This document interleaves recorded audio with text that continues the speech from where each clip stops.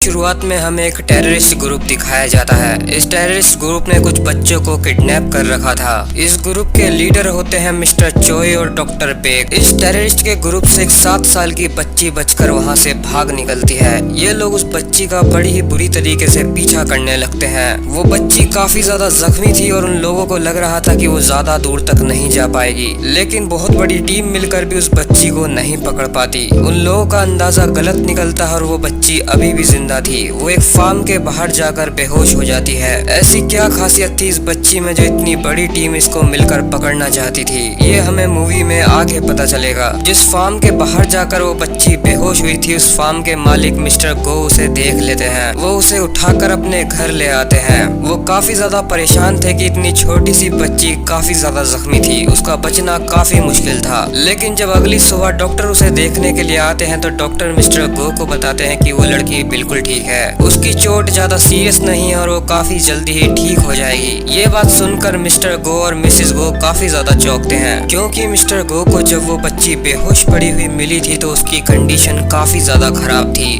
और उन्हें नहीं लग रहा था कि वो जिंदा बच पाएगी। अब यहाँ से सीन शिफ्ट होता है सीधा 10 साल बाद। गड़बड़ हो जाएगी। जायोन के पेरेंट्स किस बारे में बात कर रहे थे ये हमें बाद में पता चलेगा। अगले दिन जायोन अपनी उसी दोस्त के साथ सिंगिंग कंपटीशन के स्टूडियो जा रही होती है। रास्ते में वो अपनी दोस्त के साथ काफी मस्ती कर रही होती है, लेकिन तभी उनकी सीट के सामने आकर एक अनजान लड़का बैठ जाता है। इस लड़के का नाम नोबल मैन था। ये देखने में काफी ज्यादा मासूम लग रहा था। वो जायोन को परेशान करने लगता है। वो जायोन से बोलता है कि वो उसे काफी पहले से जानता है, लेकिन जायोन उसे पहचान नहीं पा रही थी। तभी नोबल मैन उससे बोलता है कि मैं तुम्हें तुम्हारा पास्ट याद दिलाता हूँ। वो उससे बोलता है कि बचपन में वो दोनों साथ ही रहा करते थे, लेकिन जायोन को अभी भी कुछ याद नहीं आता। जायोन की फ्रेंड इस बात से चिढ़ जाती है और वो नोबल मैन को वहाँ से उठाकर भगा देती है। अब नोबल मैन वहाँ से उठकर चला जाता है। जब वो यहाँ से जा रहा होता है तब उससे एक आदमी धोखे से टकरा जाता है। ये बात नोबल मैन से बिल्कुल भी बर्दाश्त नहीं होती। वो उस आदमी को बड़ी ही बेरहमी से मारने लगता है। नोबल मैन बस दिखने में ही मासूम था, लेकिन वो बहुत ज्यादा पावरफुल था। वो उस आदमी को एक हाथ से उठाकर ट्रेन से बाहर फेंक देता है। अब सीन शिफ्ट होता है और जायोंग अपने स्टूडियो पहुंच चुकी थी। वहाँ उसका सिंगिंग कंपटीशन होने वाला था। अपने सिंगिंग कंपटीशन के अंदर वो दोबारा से काफी अच्छा परफॉर्म करती है और अब वो क्वार्टर फाइनल के लिए सेलेक्ट हो चुकी थी। जायोन जब स्टूडियो से बाहर आती है तो अचानक से उसके सर में दर्द होने लगता है। वो भागकर बाथरूम जाती है। वहाँ उसकी नाक और मुंह से खून आने लगता है। अब हमें कुछ समय पुराना सीन दिखाया जाता है, जहाँ हम देखते हैं जायोन एक डॉक्टर के पास गई थी। वो डॉक्टर जायोन को बताता है कि वो ज्यादा समय तक जिंदा नहीं रह पाएगी, क्योंकि उसकी कंडीशन काफी ज्यादा खराब है। अब जायोन बाथरूम से बाहर आती है, जहां उसकी फ्रेंड उसका वेट कर रही थी। वो दोनों साथ मिलकर स्टूडियो से बाहर आ जाते हैं। वो दोनों बाहर खड़े होकर टैक्सी का वेट कर रहे होते हैं, लेकिन तभी वहां पर कुछ ब्लैक कार आती हैं। उन कार के अंदर से एक इंसान बाहर आता है। ये मिस्टर चोय था, जिसे हमने मूवी के स्टार्टिंग में देखा था। ये वही है जिसके चंगुल से जायोन बचकर भाग गई थी, लेकिन जायोन उसे नहीं पहचान पाती। जायोन और उसकी फ्रेंड को उससे खतरा लगता है। वो दोनों भागकर एक टैक्सी के अंदर बैठ जाते हैं। इतने सालों बाद मिस्टर चोय को जायोन का पता मिल चुका था। दरअसल में जायोन ने जब सिंगिंग कंपटीशन के अंदर काफी अच्छा परफॉर्म किया था, तो वहाँ मिस्टर चोय और डॉक्टर बेक ने उसे देख लिया था। और जब जायोन ने अपनी मैजिक ट्रिक की, उसने उस माइक को हवा में उड़ाया, तभी वो लोग समझ चुके थे ये वही लड़की है जो उनके चंगुल से बचपन में भाग गई थी। अब मिस्टर चोय डॉक्टर बेक के पास वापस जाता है। डॉक्टर बेक उसकी इस बात से काफी नाराज थी कि वो जायोन को पकड़ कर नहीं ला सका। अब डॉक्टर बेक सोच रही थी कि वो चोय को अपनी टीम से निकाल देगी। सीन शिफ्ट होता है। अब जायोन और उसकी फ्रेंड बस स्टैंड पर बस का वेट कर रही होती हैं, लेकिन तभी वहाँ एक गाड़ी में नोबल मैन आ जाता है। नोबल मैन उसे अपनी गाड़ी में बैठने के लिए बोलता है, लेकिन जायोन उसकी कोई बात नहीं सुनती। तो नोबल मैन उसे धमकी देता है कि उसकी फैमिली भी है और अगर वो नहीं बैठी तो वो उसकी फैमिली को नहीं छोड़ेगा। ये बात सुनकर जायोन और उसकी दोस्त घर की तरफ दौड़ने लगते हैं। जायोन की फ्रेंड अपने फादर को कॉल कर देती है, क्योंकि उसके फादर पुलिस में थे। अब जायोन भागकर अपने घर पहुंच जाती है, जहां वो देखती है उसकी फैमिली बिल्कुल ठीक थी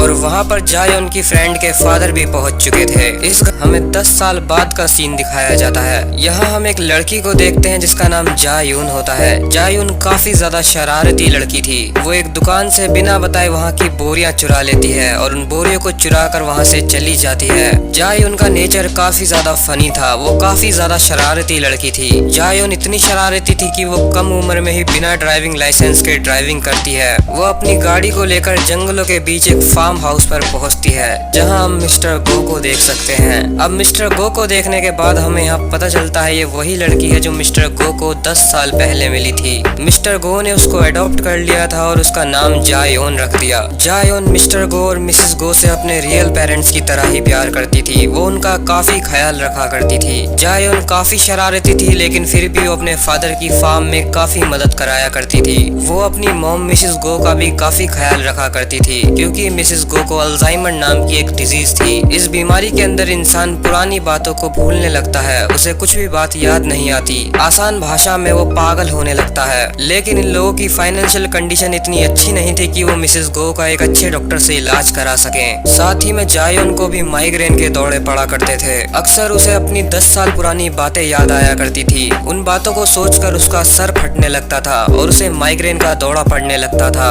जायोन अपनी फ्रेंड के साथ स्कूल जा रही होती है, जहां उसकी फ्रेंड उसे एक सिंगिंग कंपटीशन के बारे में बताती है, जिस कंपटीशन में जीतने वाले को 30 लाख प्राइज मनी मिलने वाला था। ये बात सुनकर जायोन सोचती है अगर वो उस कंपटीशन को जीत गई तो अपने माइग्रेन का भी इलाज करवा सकती है और अपनी मॉम के अल्जाइमर का भी इलाज करवा सकती है। अब जायोन सिंगिंग कंपटीशन में पार्ट ले लेती है, जहां पहले उसका इंटरव्यू किया जाता है। इंटरव्यू में जायोन पास हो जाती है और उसे सिंगिंग कंपटीशन के लिए चुन लिया जाता है। स्टेज पर जायोन परफॉर्म करती है और काफी अच्छा गाना गाती है। गाना खत्म करने के बाद वो एक मैजिक ट्रिक भी करके दिखाती है। वो अपने माइक को हवा में उड़ा देती है। ये देखकर सभी जज काफी खुश होते हैं और जायोन को आगे के लिए सेलेक्ट कर लिया जाता है। जायोन के पेरेंट्स उसकी परफॉर्मेंस को देखकर काफी खुश होते हैं और वो उस पर काफी नाज कर रहे थे।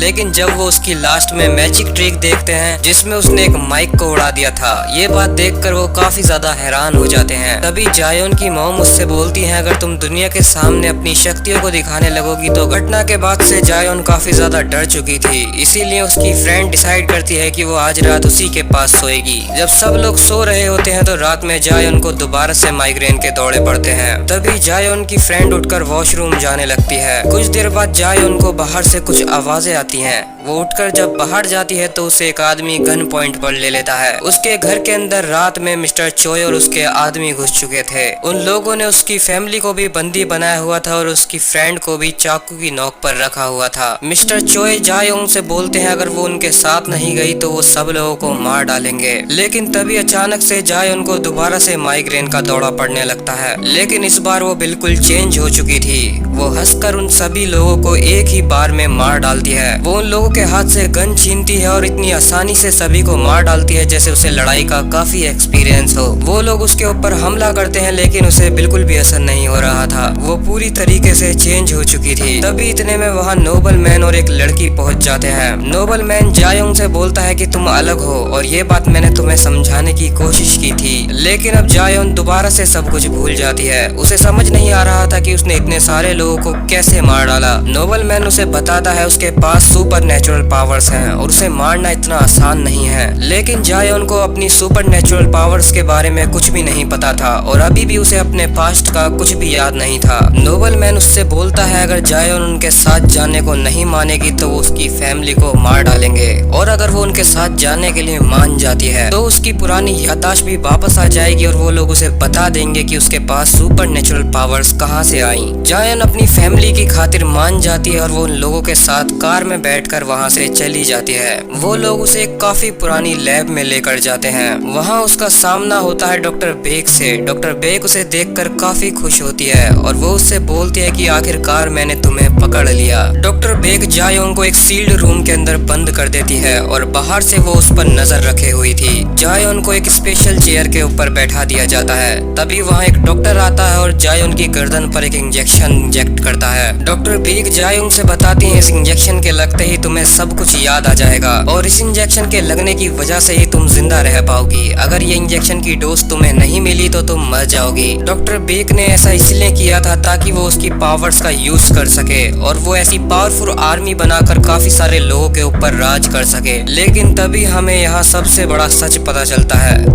जायोन चेयर पर बैठकर मुस्कुराने लगती है। जायोंग डॉक्टर बेक से बताती है वो उसे यहाँ तक नहीं लाई, बल्कि जायोंग खुद यहाँ चलकर आई है। दरअसल में जायोन का ये सभी प्लान था ताकि डॉक्टर बेक उसे वो इंजेक्शन लगा दे जिससे उसकी जिंदगी का एक और महीना बढ़ जाए। जायोन के ब्रेन में एक प्रॉब्लम थी और वो 1 महीने के अंदर मरने वाली थी। सिर्फ डॉक्टर बेक का वो सुपर पावर वाला इंजेक्शन ही उसे जिंदा बचा सकता था। अब क्योंकि डॉक्टर बेक ने उसके इंजेक्शन लगा दिया तो जायोन की जिंदगी का एक और महीना बढ़ गया है। जायोन अपनी चेयर से उठती है और वहाँ के डॉक्टर को एक ही हिट में मार डालती है। दरअसल में जायोन एक विच थी और इसी वजह से डॉक्टर बेक और उसकी टीम बचपन में उसे पकड़ना चाहती थी। उसके पास सुपर नेचुरल पावर्स थी जिसकी वजह से वो काफी सारी चीजों को हवा में उड़ा सकती थी और उसके पास बहुत सारी पावर्स थी। इसी वजह से डॉक्टर बेक की टीम उसके पीछे लगी हुई थी। लेकिन 10 साल पहले जायोन उनके चंगुल से बचकर भाग गई और एक फार्म के बाहर जाकर बेहोश हो गई, जहाँ मिस्टर और मिसेस गो ने उसे अडॉप्ट कर लिया और उसे अपनी बच्ची की तरह पालना शुरू किया। जायोन को बचपन से ही सारी बातें याद थी, बस वो अनजान बनकर रहती थी। सिंगिंग कंपटीशन में जाना उसका एक प्लान था ताकि वो सिंगिंग कंपटीशन के अंदर माइक को उड़ाकर जादू कर सके, ताकि डॉक्टर बेक की टीम उसे ढूंढ ले और उसके पास तक ले जाए, जिसके बाद डॉक्टर बेक उसे इंजेक्शन लगा दें और उसकी जिंदगी का एक और महीना बढ़ जाए। ये सभी जायोन का प्लान था। अब जायोन का एम था ऐसे ही काफी सारे इंजेक्शंस को हासिल करना, जिसकी वजह से वो काफी सालों तक जिंदा रह पाएगी। वो शीशे के रूम से बड़ी ही आसानी से बाहर निकल जाती है और बाहर निकलते ही डॉक्टर बेक के पैरों में गोली मार देती है। जायोन डॉक्टर बेक को मारने ही वाली होती है, लेकिन तभी वहाँ पर नोबल मैन पहुँच जाता है। नोबल मैन जायोन से बोलता है कि मैं तुम्हें एक ही झटके में मार डालूंगा क्योंकि मैं बचपन से काफी ज्यादा पावरफुल हो चुका हूँ। लेकिन जायोन मुस्कुराती है और एक ही झटके में उसके पीछे टेलीपोर्ट हो जाती है। वो उसकी गर्दन को पकड़कर उसे हवा में उड़ा देती है। नोबल मैन उस पर अपनी फुल पावर से हमला करता है, लेकिन जायोन उससे काफी ज्यादा तेज थी। जायोन नोबल मैन को इतनी प्यार से मार रही थी जैसे वो उसके साथ खेल खेल रही हो, लेकिन तभी नोबल मैन उसका हाथ पकड़ लेता है और हाथ तोड़ देता है। लेकिन जायोन अभी भी मुस्कुरा रही होती है क्योंकि वो अपने हाथ को बड़ी ही आसानी से ठीक कर लेती है। वो नोबल मैन के एक लात मारती है जिससे नोबल मैन बहुत रूम दूर जाकर गिरता है। जायोन एक दूर पड़ी हुई गन को उड़ाकर अपने पास बुला लेती है और डॉक्टर बेक के पैरों में एक और गोली मार देती है। इतने में ही वहाँ पर मिस्टर चोए पहुँच जाता है, उसके साथ उसकी पूरी टीम थी। डॉक्टर बेक को लग रहा था कि वो उसकी मदद करने के लिए आए हैं, लेकिन वो तो उल्टा डॉक्टर बेक के आदमियों को मारने लगते हैं क्योंकि डॉक्टर बेक चोए के साथ गद्दारी कर रही थी। वो उसे अपनी टीम से निकालने का प्लान बना रही थी, इसीलिए चोए डॉक्टर बेक को शूट कर देता है। अब वो जायोन को मारने के लिए आगे बढ़ता है, लेकिन जायोन उसे और उसकी टीम को बड़ी ही आसानी से मार डालती है। अब सिर्फ नोबल मैन ही जिंदा बचा था।